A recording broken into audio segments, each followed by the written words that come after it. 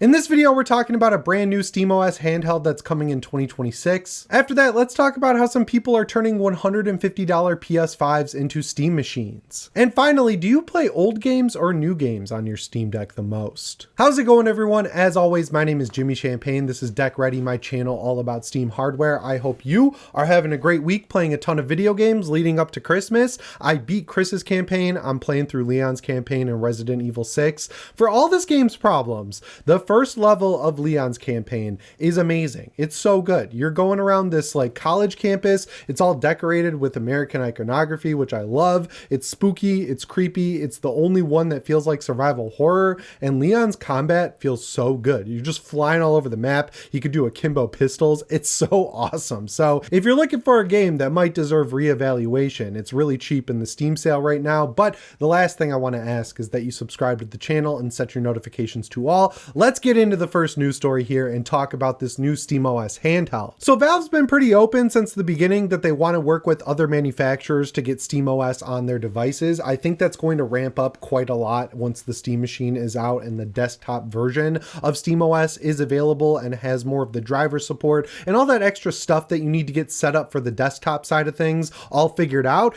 But in the meantime, Lenovo has jumped in head first, and thankfully so. We'll talk about that in a sec. That came out with a Windows version that was white and a SteamOS version that was purple. That was one of the biggest news stories of this year and probably caused a lot of problems for Microsoft because it was the first example we had of Windows running head-to-head with SteamOS on the exact same hardware, but both operating systems were technically optimized specifically for that hardware, and it revealed that Windows bloat had finally caught up to its gaming performance, and all of Microsoft's neglect came back to bite them because the SteamOS version of the Legion Go S beat it by like 20% in pretty much every game, and it even went higher than that. Like, it was night and day the difference between SteamOS and Windows 11. And I've always been curious how well that thing sold because, you know, it came out this year, pretty much halfway through the year, running on the Z1 Extreme while all the hype was super high for the Z2 Extreme. We never heard sales figures from Lenovo. We never heard anything from Valve. I have the device. I think it's really good. I play on it for games like Killing Floor 3 once in a while or something like the Finals. You know, those games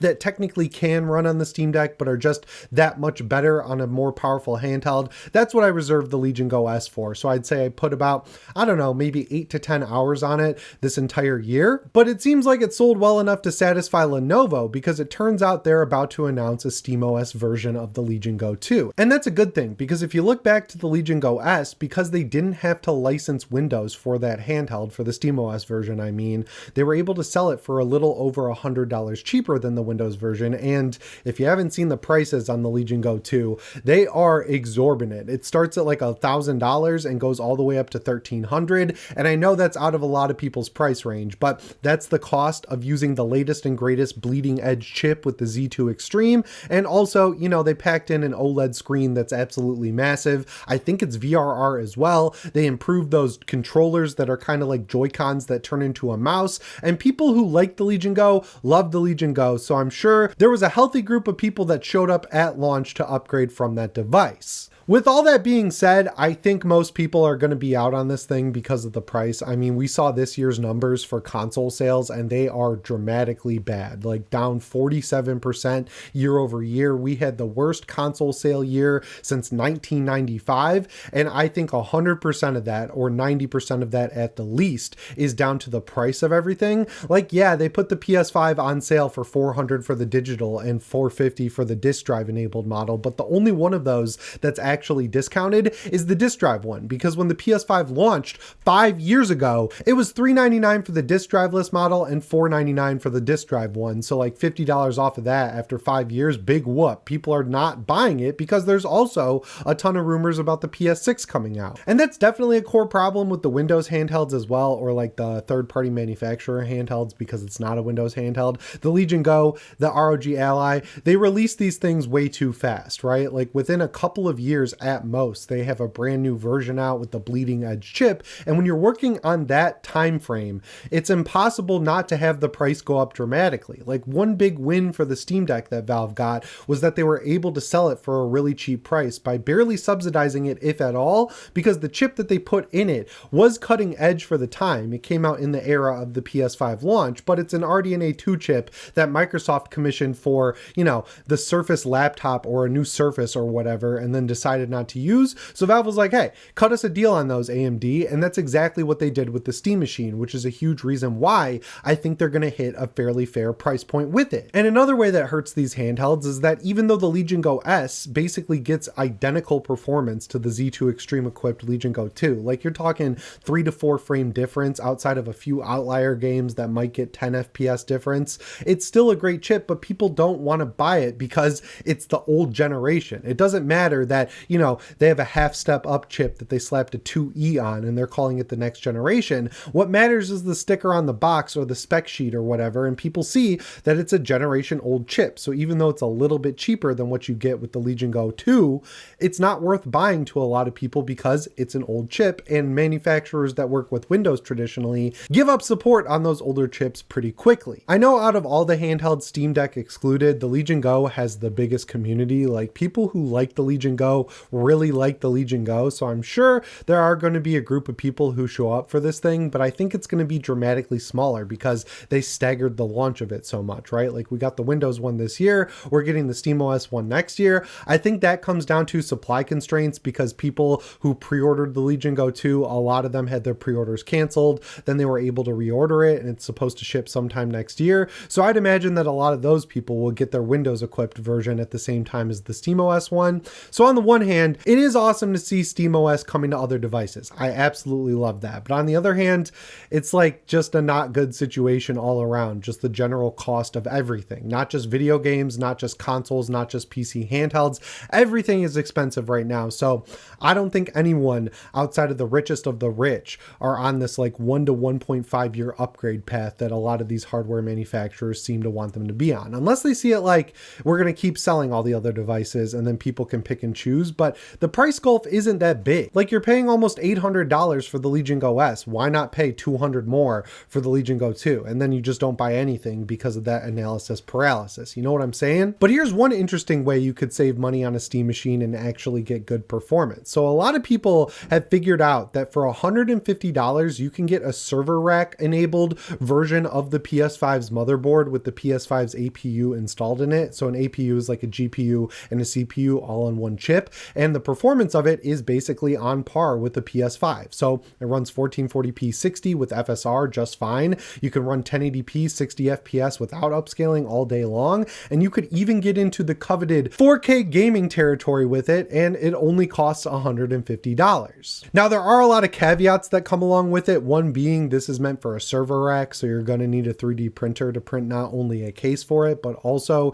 you're going to have to print a little bracket for a cooling fan, because since it's supposed to go in a server rack, it doesn't have built-in cooling. But it really doesn't seem like all that much work for how much money you're saving at the end of the day. Like, $150 compared to how expensive everything else is, it relatively almost seems like nothing. So if you buy one and accidentally brick it, at least you're only out $150 and not $1,000 like you would be if you bought a Legion Go S and somehow screwed up installing SteamOS on it because you bought the Windows one. You know what I'm saying? The unfortunate thing is, because the news is out there for these things, people have bought them and are already scalping them, which is kind of a bummer, because at that price, I'd definitely be interested in breaking out my 3D printer to try and see if I could figure this out, because it honestly doesn't sound that complicated. But in addition to what I just talked about in the last story, where like Valve did a good job kind of sourcing older parts that were still performant, this is another good sign about the Steam Machine's price. I know a lot of people want to compare Valve to Sony, they want to compare them to Nintendo, they want to compare them to Microsoft, but they're really in a league of their own because their storefront is so massively successful. They're still a private company and they're not stupid. They really do a good job supporting consumers at every turn possible. So I just have a lot of faith that they're going to figure out how to get the Steam Machine into a good price point. The one thing I am nervous about is a delay. Like, I think they definitely have enough units for launch to get it out there at the launch window they want. It's just after that they're probably worried about, because you don't want a bunch of them out there at launch and then a huge gulf where it's unavailable like the lowest tier Steam Deck is right now. And that did happen with the original Steam Deck. It was supposed to come out in the year it was announced, but then they had to delay it a couple of months and do the reservation system. I think that was because it was more popular than they were expecting it to be, but regardless, it ended up coming out in February instead of December. So like, it's not unprecedented, and Valve delays stuff all the time. I'm sure they do it internally way more than we even know about, but even when you look at something like Half-Life Alyx, I'm pretty sure that got a delay either really close to or soon after it was announced. So like, if it does get delayed, I will be understanding of it, but I'll be bummed out because I really just want to get my hands on this thing and see how it performs with games. Because if you remember, going back to the Steam Deck's launch, they didn't show it running a lot of games before it came out. You only saw quick snippets of it in trailers, and we had to wait for it to get into people's hands to really see how it ran games. I hope they give people more hands-on time with it this time around, but as usual, we'll just have to wait and see. I hope it's not that far down the line, because this time it's not just one piece of hardware. It's the Steam machine, the Steam controller, and the Steam frame, and it does seem like all of their launches are tied together, so they all have to come out at the same time, even if two of them are ready and one isn't. And finally, that brings me to the third news story here, which is a question for the dedicated Deck Ready viewers. Where do you fall in this split? So through the 2025 Steam replay, we were able to figure out that 14% of the overall gamers on Steam, their overall playtime was spent on brand new games, so stuff that came out in the past year. Then 44% of the playtime was spent in games that came out in the last 1 to 7 years. And finally, 40% of playtime was spent in games that are over 8 years old. And honestly, I think people are kind of blowing this out of proportion, because as someone who loves playing on the Steam Deck, I'm all over the map. I played brand new games this year like Chronos The New Dawn and Elden Ring Night Rain. I played games that are from the last 1 to 7 years like Baldur's Gate 3. I played games that are over 8 years old like Resident Evil 6, which I'm playing right now and having a blast with. And that's kind of the best part about the Steam Deck. You can take advantage of your entire Steam library. But like, if a new game comes out and I see a Digital Foundry video that says, wow, it's a game that doesn't have terrible performance at launch and is actually content complete, I have no problem buying games day one. I know there's a huge subsect of people out there who will wait literally as long as possible for a game to get under $10, and more power to you. I'm just not that kind of person. If a game comes out that I want to play and it performs well and it runs well on the Steam Deck, which you can usually figure out by whether or not it runs well on the Steam Deck, because if it's optimized for that, it's optimized for bigger PCs, I'm happy to spend $70. Like, I just don't care. But speaking of games being $70, I think that's another reason people play old games. Like, obviously $70 is a lot of money, and you can't really buy a lot of $70 games in a year if you have other stuff to pay for, like property tax or whatever, like I do. But when you look at the landscape and how so many games come out and don't perform well, they just don't feel like they're worth $70. And I think another big reason for that is gaming seems to kind of have stagnated a little bit since the PS4 generation. Like, that really felt like the peak of open world games, or like third person action games that are linear and don't have a big open area to explore, and people are just kind of bored running over the same treadmill over and over again. You see games like Arc Raiders succeed because they do things that are genuinely new. But yeah, if you're someone who has a Steam Deck, I'd imagine you're a lot like me, where you play a lot of brand new games, you play a lot of games from the past few years, you play a lot of games that are over 8 years old, because the Steam Deck at the end of the day is the ultimate backlog killer, and I think that's one of the best things about it. But I'm just curious, so definitely let me know down in the comments. As always, guys, my name is Jimmy Champagne. I'll see you in the next one. Thanks for watching, and shape on.